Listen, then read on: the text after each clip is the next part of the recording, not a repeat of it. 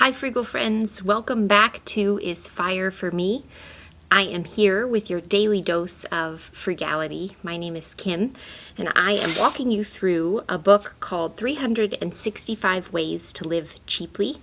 This is written by Trent Ham, who's the founder of thesimpledollar.com. If you've tuned into this segment before, you might recall that this book is broken out into sections.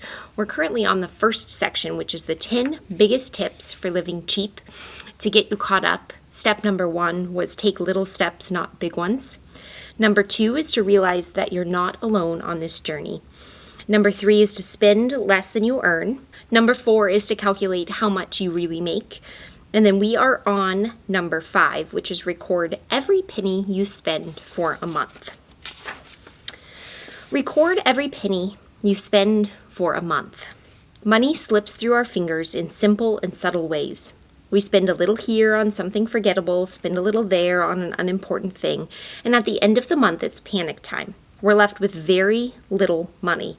Spend a month keeping track of every penny that you spend, noting exactly how much you spend and what you spent it on. At the end of the month, go through it and note which expenses were actually essential and which were frivolous. You'll find 2 things.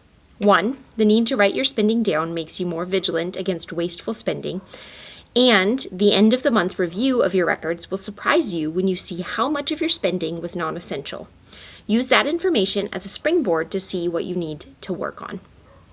I think this is sort of budgeting basics, but I do like that it gives a definitive time period to try this tactic. I think sometimes when people think about first initiating a budget or trying to budget their money, they think, man, this sense of restriction I will feel forever. But budgets aren't actually restrictive. They're simply ways that you are intentional about where you want to spend your money. So I think this is a good first step for 1 month of time to write down everything that you spend. You can do that physically on paper. I have a little notebook that I carry in my purse. Usually it's to write down any ideas or thoughts maybe that I have if I don't have access to my cell phone, to use the note section there. You can use the note section on your cell phone if you have a smartphone. If you do have a smartphone, there are a lot of really good apps that you can use as well. Jesse and I have set up our budget through EveryDollar, and it's really intuitive and easy to use. There's a computer program that goes with the app on our cell phone. But if I'm at the store and I leave the store, I can simply write down exactly what I've purchased. When it comes to groceries and things, I often will write down just groceries cost this much.